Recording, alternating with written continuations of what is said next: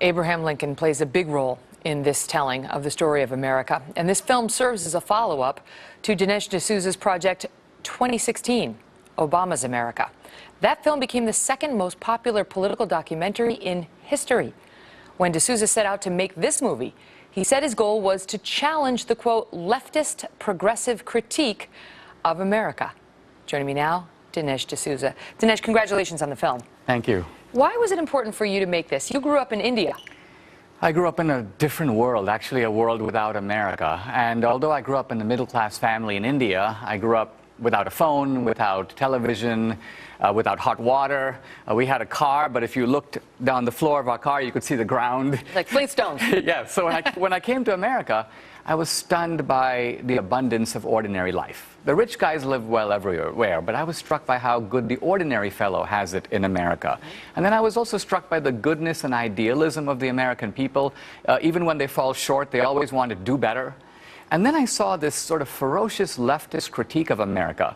And I'm like, I might have expected it to come from a Venezuelan despot or an Iranian mullah or some Soviet apparatchik, but no, it's coming from some of our most intelligent people in America, on the American campus. And then over the years, I see this critique metastasize out of the campus, into Hollywood, into the media, and then now I think into the corridors of government. So we're seeing, we'd call it the shaming of America, an attack on America. It's completely wrong-headed. And what we do in this film is we give plenty of space to the attack. You can hear it in all its ferocity. Unlike Michael Moore, you actually let the other side have its say, and people get to hear both arguments. Well, we've done screenings where people, one woman said, I'm shaking with rage, and she almost walked out because she thought it was a Michael Moore film. But of course, after laying out the critique, we turn around and systematically decimate it. We rebut it point by point. So we want to equip Americans with a deeper understanding of why this country has meant so much to the world. It's interesting to watch because we've heard so many of those arguments, although not as in your face, from the left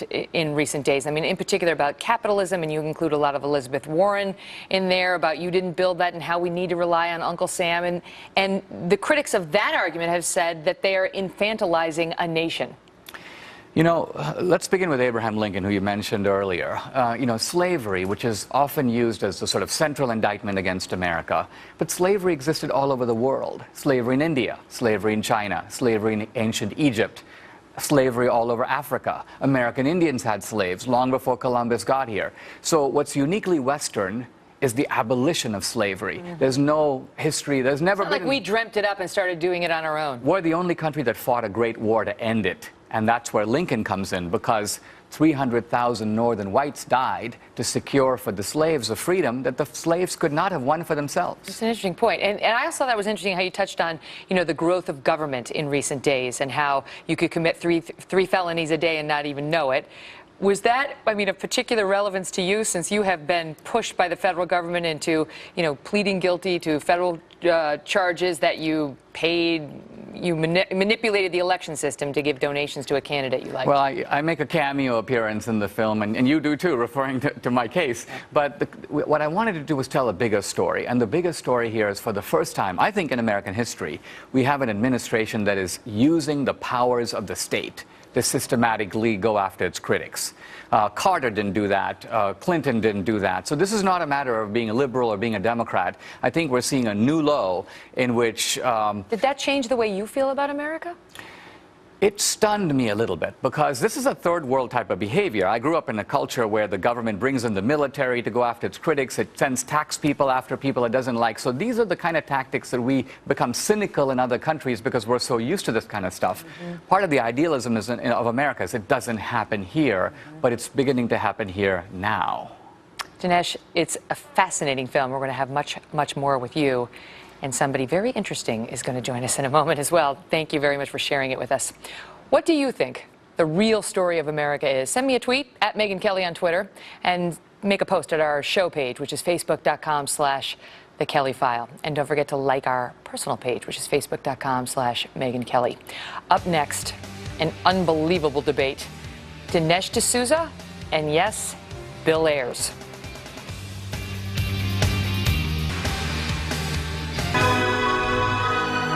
How badly we need right now a Washington, a Lincoln, a Reagan. Well, we don't have them. but we do have us. Well, when Dinesh D'Souza set out to make the film America, he says he had two ideas. One, to get people thinking about what the world would have been like if there never had been an America. And two, to examine what he calls this growing campaign to make us feel bad about our heritage, our values, and our traditions. So now we turn to that second question. Is America really a force for good? Back with us now, Dinesh D'Souza, and also joining us now, former University of Illinois professor Bill Ayers, a man perhaps best known as one of the founders of the violent 60s radical group, the Weather Underground.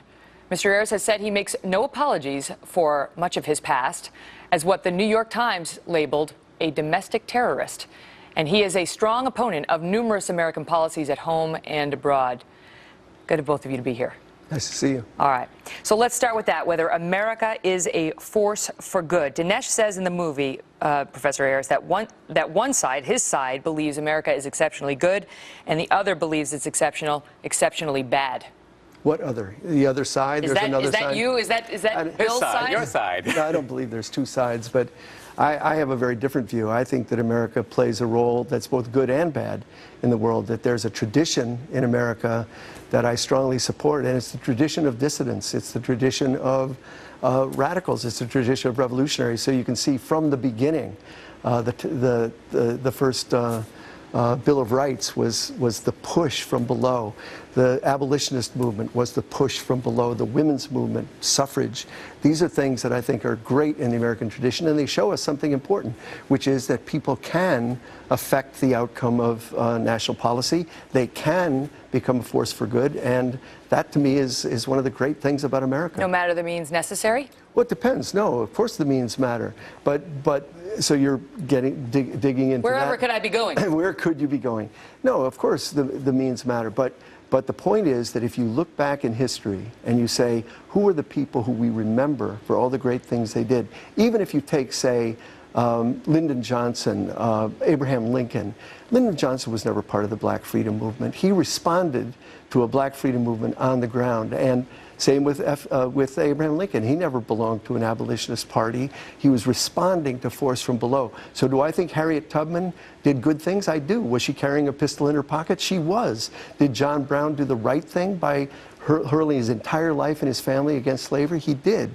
And those are the people I look to. But it's interesting that you chose to name two presidents to start off with who are, our commanders-in-chief, who sign laws, bills into law and abide by, not in all circumstances, but are expected to abide by the rule of law, something that you have often flouted in your own history. No, but both of those presidents were actually responding to movements that didn't always abide by the rule of law. I mean, the Civil Rights Movement, the Black Freedom Movement, broke the law consistently, and that was part of the strength and beauty of it. And the Black Freedom Movement grew and evolved every minute, every day.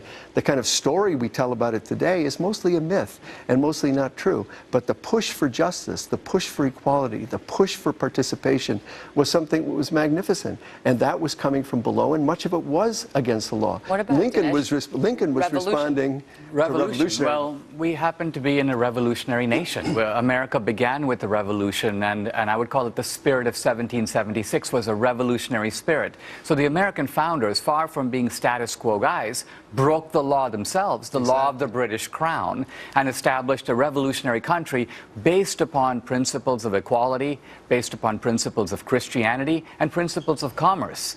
Now, if you look at the reform movements in America, John Brown, for example, was powerfully motivated by Christianity. The abolitionist movement is impossible if it wasn't for Christianity. Martin Luther King says, I'm submitting a promissory note. Well, who wrote a promissory note? Not the Southern segregationists. It was Thomas Jefferson. So a Virginia slaveholder wrote the charter that Martin Luther King relied on 200 years later to have a civil rights movement in the first place. So the point is that you couldn't have radicalism. The radicalism itself is parasitic upon the principles of 1776. So what does Professor Ayers think of those who call him a terrorist? That answer when we return. American foreign policy has been aggressive and imperialist for a very long time. It was expansionist immediately starting right after the Revolutionary War. Incredible as it may seem, there are people in America who want a world without America. You say that the terrorists who bombed the Pentagon in our past thought that they were doing good because America was bad, and you turn out to be referring not to the 9/11 al-Qaeda terrorists, but to Professor Ayer's group, the Weather Underground. And this goes back to the means. You know, that you get in your head that America is bad and it needs to be changed, and you pursue any means necessary to evoke that change. Dinesh equates you to actual terrorists who bombed us in 9/11. Even in Dinesh's response to you, he pointed out that the American Revolution was violent and it was illegal. So you're not always against illegal violence. You're only against it when you think it's against the things you believe in. But the reality is we were never terrorists, and Dinesh does call our group terrorists, and it's not true. Because terrorism, even if you take Webster's definition, it's force and coercion intended to spread fear and panic to make your point, and it often involves killing civilians. We never killed anyone. We did noisy, loud, very open destruction of property at a time when 6,000 people a week were being murdered by our government. 6,000 a week. That's what you were objecting to. I mean, objecting. We'll get to that. We'll get to the Weather Underground in a segment. So I just want the viewers to know we're going to talk about that in a separate segment. But that's what Professor Ayers believes, that as many other radicals in our country's history, he believed that the ends did justify the means, and that if you want to change the things about America to which you object, and you try through peaceful means and you do not get anywhere, then what recourse do you have but to push the envelope and in some circumstances break the law? Well, first of all, there was a big difference between, let's say, Martin Luther King breaking the law and Bill Ayers breaking the law, because Martin Luther King broke the law non-violently. Martin Luther King's point was, if I break the law, I should accept the penalty for breaking the law. I shouldn't go hiding from the law. I should go to prison because the law is unjust. So I'm going to call the law into question morally and try to sway the American people because I believe in the goodness of the American people. If you look at the rhetoric, Bill Ayers represents, I would call it the spirit of 1968. And this was the radical spirit that saw America as a force for evil, saw Vietnam as a metaphor for how bad America was, and then went right back into American history and reinterpreted American history as a series of crimes visited upon the Native Americans, the African Americans, the Mexicans. So this became a kind of anti-Americanism that was fostered in America, and it became pervasive in our schools, our colleges. It's now part of the media. Do you admit so that? our culture has been shaped by this. You don't admit that? No, I think it's interesting. First of all, both of you are acting like the ends justify the means is absolutely from Mars, but when your ends are in question, like invading Iraq, you're all for it. You're all in, and that's the ends justify. That's a violent end. But on this question of the spirit of '68, we went back and reinterpreted history, and you act as if the reinterpretation of history was some kind of fiction. We did commit genocide against the Native Americans. Actually, we did enslave people for 250 years. And the question, could you be a moral person and own slaves, I think is something that you dodge. And so what I would say is, look, what I would say is you need to look at the thing honestly, and don't be so afraid of the fact that we did terrible, terrible things in our history, and in order to get right with the world, we have to repair those injuries. But we shouldn't flagellate ourselves for things that we didn't do. So let's for example, flagellate us at all. I don't believe in flagellation. Let's look at genocide. The American Indian population shrunk by 80% over 150 years. The main reason for that was not because of warfare or systematic killing. It's because the white man brought with him from Europe diseases to which the Native Americans, did not have any immunities. And so they perished in large numbers. Now, the Europeans, 1/3 of the population of Europe 100 years later had been wiped out by the Black Plague. Where did that come from? Asia. So with the migration of peoples, diseases go from civilization to civilization. That's not genocide. Genocide is when you intend to wipe out a people. They intended to wipe out the people and steal their land, and they did both. Do you think there's a reflexive instinct on many on the left, or to the left of the left, as I guess you are, to blame America first? I mean, I thought it was interesting in one of your books, the question was, who do you think are great Americans? You know, what do you think is so great about America? And you named Edward Snowden and now Chelsea Manning, both two people who people, think are traitors. Oh, some people think they're traitors. I named Jeremy Hammond as well, another whistleblower. And what amused me, Jeremy Hammond's a Chicagoan, so was Daniel Ellsberg. But when the judge sentenced Jeremy Hammond to 10 years in federal prison, she said, "You're no Daniel Ellsberg." And I wanted to scream at the television, yeah, and Daniel Ellsberg wasn't Daniel Ellsberg before he was Daniel Ellsberg. In other words, he was also called treasonous. And it's only later that we catch up with the reality. Shouldn't we have a transparent government? Shouldn't we know what our government's doing? Should we allow them to just close the door and act with impunity? That's what we're doing. Snowden stopped that. All right, stand by, because we have much, much more with Professor Ayers and with Dinesh D'Souza. What about the argument that liberals somehow are not proud to be American, that they don't believe in American exceptionalism? We've heard that about our own president. The Pew Research Center recently came out with some eye-opening research on this question, and that part of our debate is next.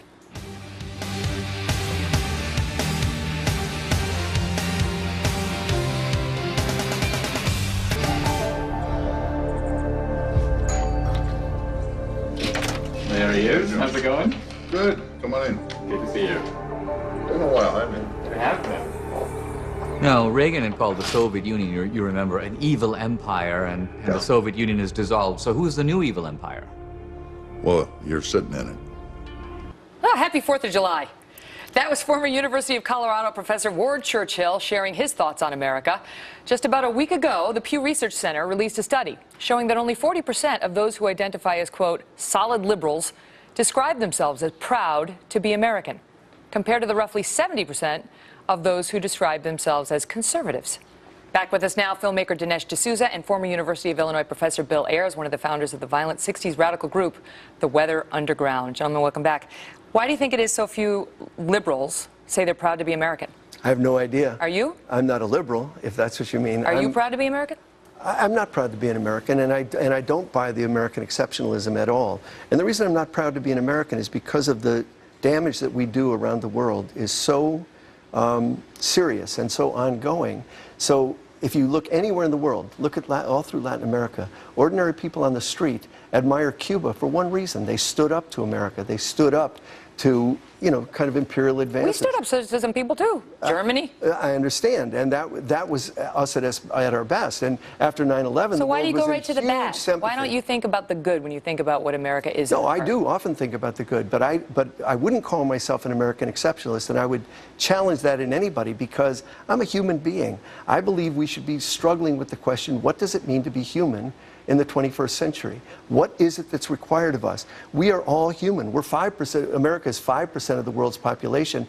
We should be we should think of ourselves as a people among people, not as an exceptional people. Because as soon as you start saying American exceptionalism, then you say actions that are done by us versus other people are different depending on who does them. Dinesh, this is not an unusual attitude among the left. Exceptionalism doesn't mean a different moral standard applies. By and large, foreigners who come to America, going all the way back to Tocqueville, I've grown up in a different culture. I know America is exceptional because I see things in America that you wouldn't see anywhere else in the world. Right now, if you took the power that America has as the world's sole superpower and you gave it to Russia or you gave it to China, they would use it far more expansively, more brutally, and more to gain themselves. America is benign in the way it exercises its power. The American idea of wealth creation is being embraced in India, in China, all over the world. It's lifting hundreds of millions of people out of poverty. So ironically, this American formula that we are moving away from at home under Obama is being enthusiastically embraced all around the world. We're benign in Iraq, for example. You say we use our power benevolently. In Iraq, for example, or in Afghanistan. Okay. Those are benign uses of American We went into Afghanistan because the Taliban supplied monkey bars to the guys from 9/11 who attacked us directly. Why didn't we go and get the guys who attacked us directly instead of overthrow a government? I'll tell you why. Because the moment we got kicked out, which is incidentally the entire history of the last 50 years of American foreign policy, is we go in under the guise of being beneficent and benign, and we go in under the lies of one president after another, and then we get booted out. And what do? We blame the brown guy. So it's al-Maliki. And I hope al-Maliki's read his history of Vietnam and sees what happened to Diem. Bill, you think we're blaming al-Maliki for the mess in Iraq because he's brown? Oh, there's no question that the United States... Is that what you think? I think that we always blame our clients. That's what I'm saying. So the United States... That's a generalization. Do you think we're blaming al-Maliki for the mess in Iraq because he's brown? I think we blame our clients, and our clients happen to be brown. So Diem, I hope al-Maliki's read about Vietnam. Diem got a bullet in the head. from Kennedy. And that was because he had failed in Vietnam. We hadn't failed. We were perfect. And the same is true in Iraq. America has made mistakes. It made mistakes in No Vietnam. kidding. I think the Iraq 3 million War, in people retrospect, dead. hold on a minute. In retrospect, the Iraq War was a mistake. But there's a difference between making a mistake and doing something that is inherently wicked. Let me tell you what I mean by this. Anyone else who went into Iraq and did this would have reimbursed itself by taking the Iraqi oil, right? Instead, we've spent all this money in Iraq, and then we turn over the keys of the oil fields to the Iraqis. We say it's your oil, use it, sell it, burn it. So Iraq ends up costing us money. Imperialists normally go abroad to make money. No. You're absolutely mistaken. So you're saying that the oil is just there and Iraq is just using it the way they see fit. And Shell has nothing to do with it, and Mobil has nothing to do with it. Standard has nothing to do with it. You're dreaming. On the balance, has America made money or lost money in Iraq? On balance, the people Thank like you. Halliburton made gazillions of money, and That's not responsive. And your friend, That's America. Absolutely, America on balance lost, and that's as. Okay, let me ask you this. At the end of the Cold War, all of Eastern Europe is free. Russia now no longer has a communist government. Are all those countries better off or worse off because we won the Cold War? I don't think we won the Cold War. Well, I think you're dreaming about that. I think that. Was it a good thing? Well, I think the end of authoritarian governments is always a good thing, but I also think that this notion that somehow we go out in our beneficence, spend $1 trillion a year on military budgets, have 150 military bases circling the globe, those are not for beneficent purposes. Those are for imperial purposes. I got to leave it at that, but we're going to have more after the break. Thank you both, Dinesh and Bill Ayers, for being a part of the debate. Our final thoughts on America and her future next.